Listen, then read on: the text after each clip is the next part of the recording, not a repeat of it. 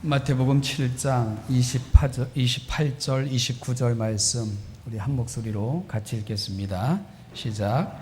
예수께서 이 말씀을 마치시매 무리들이 그의 가르치심에 놀라니 이는 그 가르치시는 것이 권세 있는 자와 같고 그들의 서기관들과 같지 아니함일러라. 아멘. 오늘 읽은 본문 산상수훈을 마치신 그 주님의 말씀을 들은 청중들의 반응을 보여주는 부분입니다. 말씀을 들은 청중들의 반응은 한마디로 놀라움 자체였습니다. 이 청중들의 놀란 반응을 영어 번역본들을 이렇게 여러 권 읽어보면 그 아주 다양한 표현들로 이 청중들의 반응을 이렇게 번역하고 있는 것을 볼 수가 있게 되는데요. 그 표현들을 이렇게 영어 번역본으로 번역을 해보면 이런 말들로 그 청중들의 반응을 소개하고 있습니다. 놀라고, 감탄하고, 경외하고, 충격받고, 정신이 나가고, 또 어떤 의역한 성경은 벌린 입을 다물지 못하고, 이렇게까지 청중들의 반응을 소개한 영어 성경도 있습니다.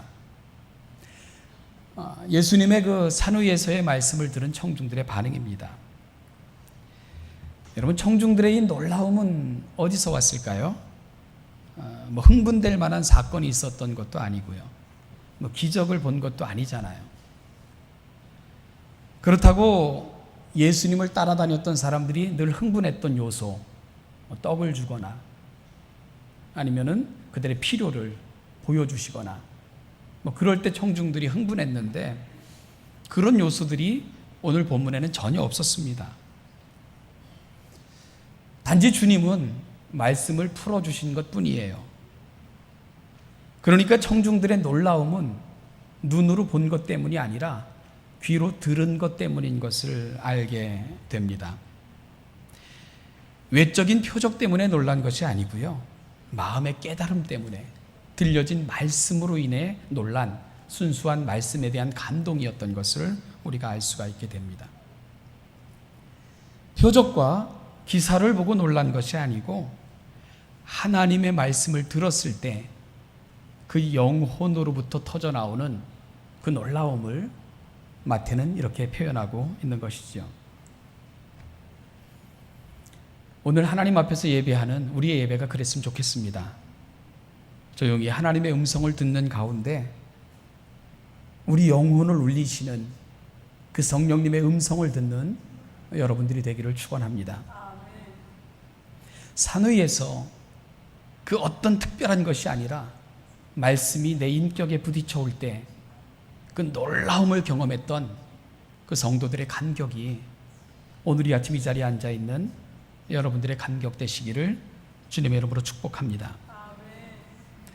그러면 오늘 여기서 우리는 어떻게 이 동일한 은혜, 그 놀라움에 참여할 수 있을까요? 마태는 청중들이 놀란 이유를 두 가지로 제시하고 있습니다. 첫째는 그 가르치는 것이 권세 있는 자와 같았기 때문이라고 설명하고 있고요. 또 한 가지는 그 가르침이 서기관들과 같지 않았기 때문이라 청중들이 놀라고 그다음에 또 신기했던 그 이유를 그렇게 설명하고 있죠. 오늘 마태가 제시하는 이 두 가지를 우리가 잘 묵상해 보면 오늘 이 아침 산위에서 경험했던 청중들의 그 감동을 저와 여러분들도 경험할 수 있으리라 그렇게 생각을 합니다. 그러려면은요, 첫째로 말씀 자체의 권위를 여러분들이 경험하셔야 됩니다. 말씀 자체의 권위. 예수님의 말씀이 권위 있는 자와 같았던 것은 예수님이 말씀 자체이시기 때문입니다. 그래서 요한은 그의 복음서를 이렇게 시작을 합니다. 태초에 말씀이 계시니라. 이 말씀이 하나님과 함께 계셨으니 이 말씀은 곧 하나님이시니라. 그러니까 지금 산 위에 있는 사람들은 말씀 자체를 대면하고 있는 겁니다. 말씀 자체와 마주 앉아 있는 것이지요. 여러분, 이게 얼마나 대단한 사건입니까? 온 세상을 말씀으로 창조하신 그 말씀 자체이신 창조주와 산 위에서 사람들은 대면하고 있는 것입니다. 그 말씀이 권세 있는 자와 같았고 사람들은 그 말씀 앞에 지금 놀라워하고 있다는 것을 우리가 알 수 있는 것이지요. 여러분, 우리는 이런 경험할 수 없을까요? 창조주와 마주 앉아 대면하는 사건 있습니다. 우리도 가능해요. 바로 하나님의 말씀 자체를 읽고 듣고 묵상하시는 것입니다. 그러면 그 말씀을 기록으로 우리 가운데 주신 성령님께서 오늘 이 시대에도 동일하게 말씀 자체와 우리를 대면할 수 있도록 도와주실 것입니다. 그리고 말씀 자체를 대면하여 그 말씀 속에서 하나님의 음성을 들을 때 여러분들은 창조자와 대면하여 앉아 계신 것입니다. 성령님이 도와주십니다. 성령님은 그런 일을 하시는 분이십니다. 2000여 년 전 갈보리 십자가 사건, 바로 그 사건을 오늘 우리의 사건 되게 하시는 성령님께서는 또한 오늘 이 시대에 부름받은 성도들을 말씀과 대면할 수 있도록 도와주시는 사역을 또한 펼쳐가십니다. 성령님께서 하시는 아주 중요한 사역입니다. 성령님은 우리를 말씀 앞에 말씀과 대면하게 하실 뿐만 아니라 그 말씀을 이해하게 하시고 또한 그 말씀을 생각나게 하시고 그 말씀을 우리 가운데 행할 수 있는 능력으로 인도하시는 분, 그분이 바로 성령님이기 때문에 그렇습니다. 우리 가운데 주신 최고의 선물, 그 선물을 최고의 선물 되게 하시는 분, 그분이 바로 성령님이십니다. 성경의 원저자이신 성령님은 그 말씀을 펼쳐들고 읽고 듣고 묵상하는 시간을 통해 우리의 삶 속에 개입하십니다. 그리고 또한 깨닫게 하십니다. 생각나게 하십니다. 그리고 그 말씀을 붙들고 살 수 있는 능력으로 우리를 도우십니다. 따라서 여러분, 오늘 이 아침 말씀 자체를 구하십시오. 말씀과 대면하기를 사모하십시오. 그 말씀이 우리의 심령 가운데 찾아오시기를 갈망하십시오. 그러면 여러분들은 창조주와 대면하여 오늘 대화를 나누는 사람들이 되실 것입니다. 그 말씀의 권세를 오늘 여러분들도 경험하게 되실 것입니다. 1809년에 가난한 목수의 가정에 둘째 아이가 태어났습니다. 이 아이는 이웃들에게 특별한 관심을 끌지 못했습니다. 그리고 주변에서도 이 아이에게 별로 관심을 보이는 사람도 없었습니다. 특별한 게 없었습니다. 그러나 이 아이에게 특별한 관심을 갖고 늘 기도하며 지켜봤던 분은 그의 어머니뿐이었습니다. 그의 어머니는 미래를 바라보며 저녁 식사를 마친 후면 꼭 아이를 무릎에 앉혀놓고 성경을 읽어주셨습니다. 그런데 안타깝게도 이 아이가 9살 되던 해 어머니는 풍토병에 걸려 결국 숨지고 말았습니다. 어린 아이를 남겨놓고 떠나는 안타까운 어머니. 여러분, 그 어머니가 마지막 들려줬던, 그 아이에게 들려줬던 말이 뭔지 압니까? 부자나 위인이 되지 말아라. 부자나 위인이 되기를 사모하기보다는 성경을 힘써 읽는 사람이 되라. 그게 그 어머니의 유언이었어요. 부자나 위인이 되기보다는 성경을 힘써 읽는 사람이 되라. 누구의 이야기입니까? 링컨의 이야기입니다. 링컨. 미국에서 가장 존경받는 대통령. 세계 역사에 큰 획을 걷던 바로 링컨의 이야기. 그의 이야기는 어머니의 무릎에서 시작되고 있던 것을 기억해야 됩니다. 그의 어머니의 유언을 받던 링컨, 그의 고백을 들어보면 그는 일평생 한 번도 손에서 성경을 놓아본 적이 없다고 고백하잖아요.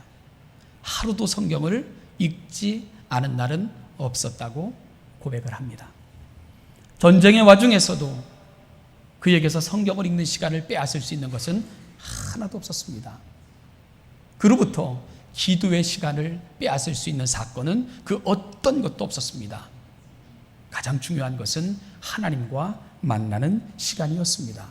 어머니는 그것을 유산으로 물려주고 떠난 것입니다. 히브리서 기자는 말씀을 이렇게 설명합니다. 하나님의 말씀은 살아있고 활력이 있어 좌우에 날선 어떤 검보다도 예리하여 혼과 영과 및 관절과 골수를 찔러 쪼개기까지 하며 또 마음의 생각과 뜻을 판단하느니라.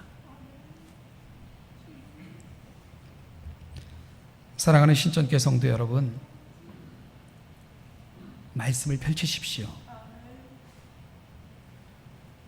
그리고 성령님의 도움을 구하십시오. 오늘도 말씀을 통해 내게 다가오시고 나를 만나주시고 그 음성을 분명히 들려달라고 사모하시는 아침이 되시기를 바랍니다. 그러면 성령님께서 성경을 통해 여러분들에게 말을 걸기 시작하실 것입니다. 여러분들은 그 성경을 통해 하나님과 대화하게 되실 것이에요. 그렇게 하나님의 인격을 접하게 되실 것입니다. 그러면 여러분들은 하나님의 마음을 이해하기 시작하실 거예요. 하나님의 그 마음 말입니다. 우리를 향해 갖고 계신 그 하나님의 마음,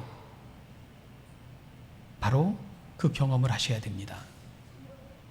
그럴 때 여러분들은 그 어떤 것과도 바꿀 수 없는, 대체할 수 없는, 빼앗을 수 없는 권세 있는 하나님의 말씀을 경험하게 되시는 것입니다. 그리고 그 말씀은 활력이 있어 우리의 영과 혼과 및 관절과 골수를 찔러 쪼개기까지 하며 내 마음과 뜻과 생각까지 바꿔내시는 그 역사를 경험하게 될 것입니다. 이것이 바로 신앙의 시작점이어야 됩니다. 다른 어떤 것들이 아닌 여기서부터 우리의 신앙이 시작되기를 축원합니다. 둘째로, 오늘 이 시대에 우리가 이 놀라운 말씀의 권위를 경험할 수 있으려면, 산 위에 있었던 사람들처럼 이 은혜를 경험하려면 말씀을 대하는 태도가 서기관들과 같아서는 안 됩니다. 마태가 말하잖아요. 그들의 서기관들과 같지 아니함일러라. 그것이 청중들이 놀라워했던 두 번째 이유입니다. 서기관들은 어떤 사람들인가요? 이 사람들은 출발점은 참 좋았던 사람들이에요. 존경하는 에스라, 그 에스라의 정신을 본받아 여호와의 율법을 연구하고 준행하며 가르치겠다, 이런 결심의 선상에 섰던 사람들이 서기관들이기 때문입니다. 실제로 이들은 율법을 열심히 연구를 했습니다. 그래서 이론적으로, 실천적으로 매우 많은 발전을 이루었던 사람들이 서기관들입니다. 그들의 손을 통해 온갖 주석서, 온갖 해설집들이 쓰여졌던 것도 이들의 공로 중에 하나입니다. 서기관들은 또한 백성들 사이에 문제가 생기면 율법을 가지고 법적인 판결을 했고요. 또한 유대인의 최고 재판기관인 사내들인의 한 구성원들 역시 서기관들이 차지를 했습니다. 이들은 율법에 관한 한 전문가들이었어요. 그들은 자부심 또한 대단했던 것을 우리가 알게 됩니다. 그런데 그들이 궁극적으로 간 자리가 어디인 줄 아세요? 예수님께서 그들을 향해 아픈 지적을 참 많이 하셨어요. 이렇게 지적을 하셨습니다. 그들을 향해 주님은 외식하는 자들, 이렇게 표현하기도 하셨고요. 긴 옷을 입고 다니는 자들이라고 말씀하시기도 하셨고, 세상적 명예를 추구하는 자들, 시장에서 인사받기를 좋아하는 자들, 높은 자리에 앉기를 즐겨하는 자들, 형식적인 기도를 드리는 사람들, 이게 주님이 바라보셨던 당시 서기관들의 모습이었습니다. 이것이 그들을 향해 내리신 우리 주님의 진단입니다.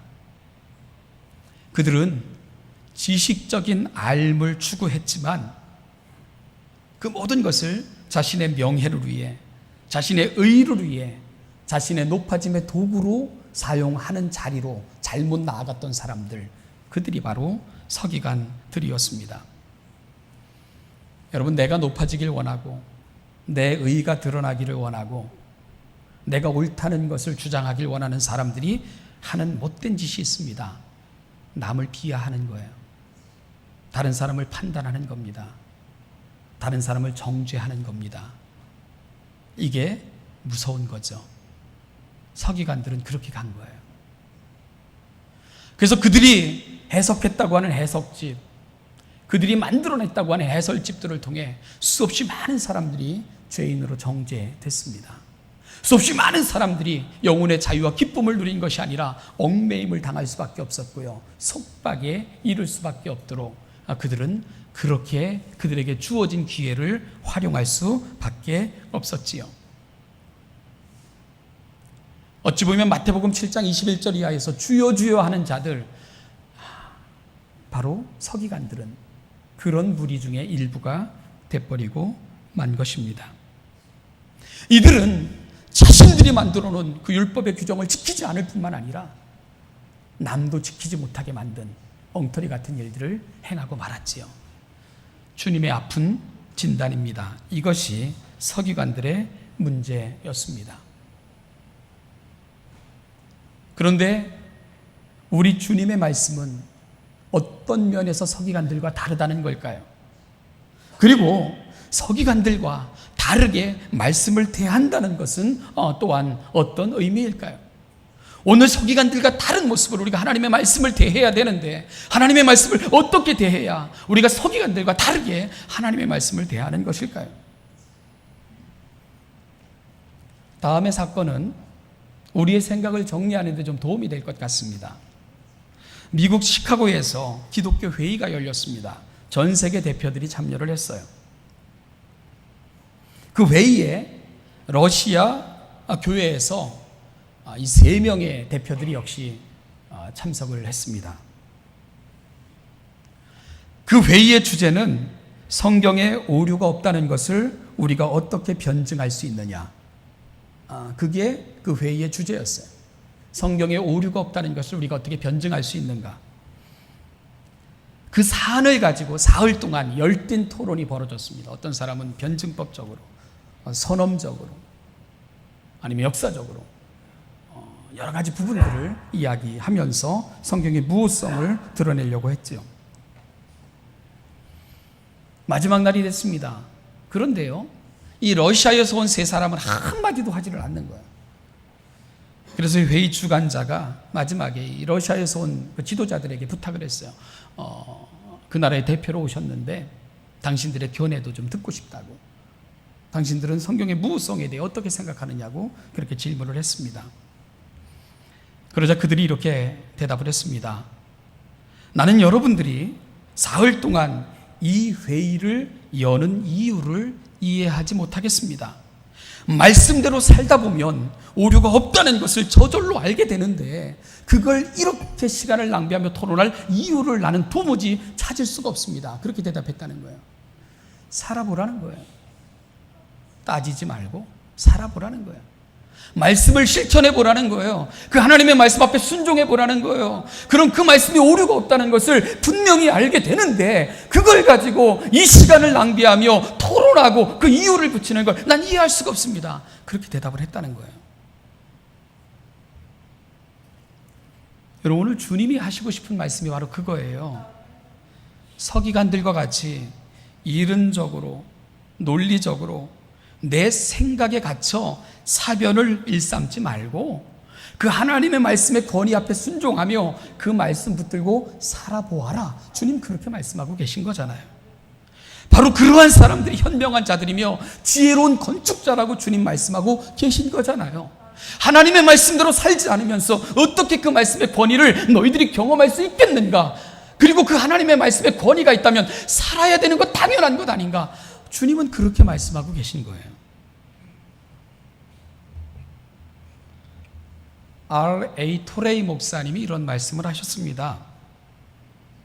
성경에 많은 번역이 있는데 이 세상에 가장 위대한 성경 번역이 있다면 그것은 내 삶으로 성경을 번역하는 일이다. 그렇게 얘기를 했습니다. 여러분들은 성경을 번역하고 계신가요? 삶의 언어로 말입니다. 요즘 말씀을 접할 기회가 참 많아졌습니다. 말씀이 귀히 여김을 받지 못하죠. 그러다 보니까 사람들은 선호하는 말씀들도 생겨났죠. 어떤 목사님 매니아층까지 생겨나는 걸 보면 세상이 참 많이 바뀌었다는 생각을 하게 됩니다.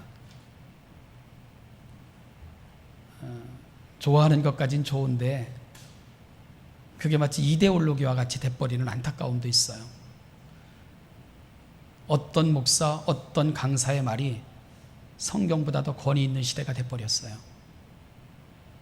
성경 이야기하지 않고 그 사람들 이야기를 하면서 맞다고 이야기하는 걸 보면 답답한 경우가 많습니다.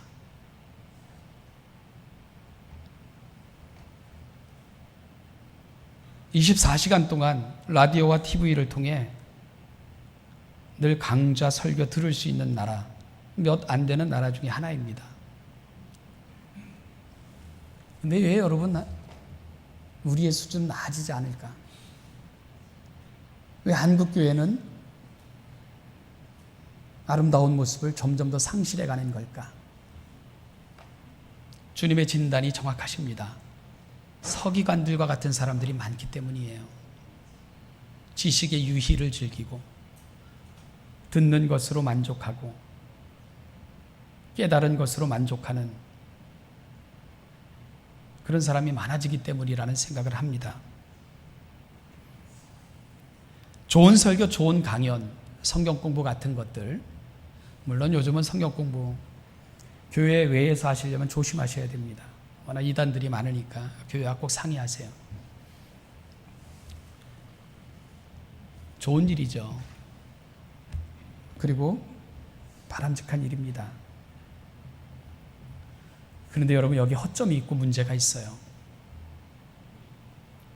성경 읽지 않고요, 말씀 묵상하지 않고 누구의 설교, 성경 공부 참여한 것으로 다 때우고 있다는 사실입니다. 그게 문제인 거예요. 가벼워지는 겁니다, 신앙이. 묵상의 깊이는 사라지고 있고 영의 깊이는 점점 얕아지고 있는 겁니다. 그리고 말만 많아지는 거예요. 말만. 들은 건 많으니까.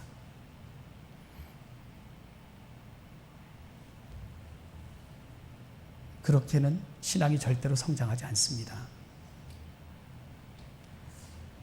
여러분, 좋은 신앙인이 되시려면 열심히 배우고 깨닫고 은혜 받으셨으면 순종의 자리로 나아가셔야 됩니다.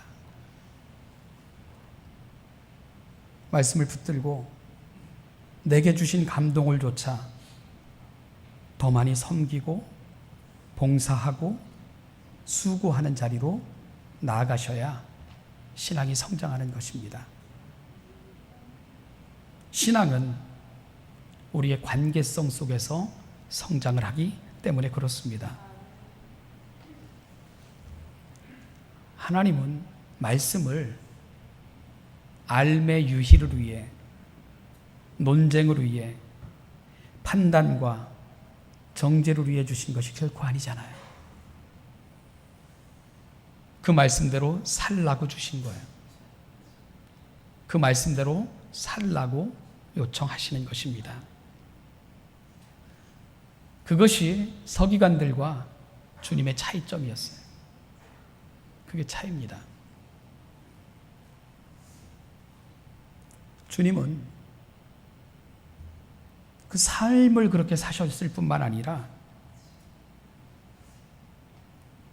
하나님의 말씀이 우리의 인격에 접하면 그 말씀을 붙들고 살아내라고 그렇게 요청하고 계신 것입니다. 삶이 결여되어 있으면 신앙의 성장은 결코 이루어지지 않죠. 한국교회는 지금 그 병에 걸려 있는 것입니다. 토레이 목사님의 말씀을 다시 한번 인용합니다. 성경에 많은 번역이 있는데 이 세상에 가장 위대한 성경 번역이 있다면 그것은 내 삶으로 성경을 번역하는 것이다. 사도 바울은 신앙의 목표가 믿는 것과 아는 것의 하나가 되어야 된다고 말씀하셨어요. 여러분, 삶의 언어로 해석되지 않는 성경, 하나님의 가장 큰 슬픔이십니다. 하나님의 가장 답답하심입니다. 하나님의 가장 큰 절망입니다. 지난주에 말씀드렸던 것처럼 산상수훈 마지막 부분은 지혜로운 건축자로 끝나죠. 여러분, 누가 지혜로운 건축자입니까? 말씀을 듣는 자입니까? 말씀을 깨닫는 자입니까? 행하는 자들입니다. 그리고 행할 수밖에 없는 것은 그 말씀이 권세가 있기 때문인 거예요. 하나님이시기 때문에 그런 거예요. 그러니 하나님을 믿고 그 하나님을 신뢰한다면 말씀대로 사는 것은 너무 당연한 것이지요. 바로 지혜는 거기에 있는 것입니다. 여러분, 큐티 다 하시죠? 매일매일 들려주시는 하나님의 음성을 듣는 훈련을 하시는 거예요. 그리고 주신 생각을 붙들고 살아내려고 애쓰시는 거예요. 내게 깨달음을 주셨다면 그대로 다 살지 못하면 아픈 거고 힘들지만 그렇게 살고 싶어 애쓰는 거예요.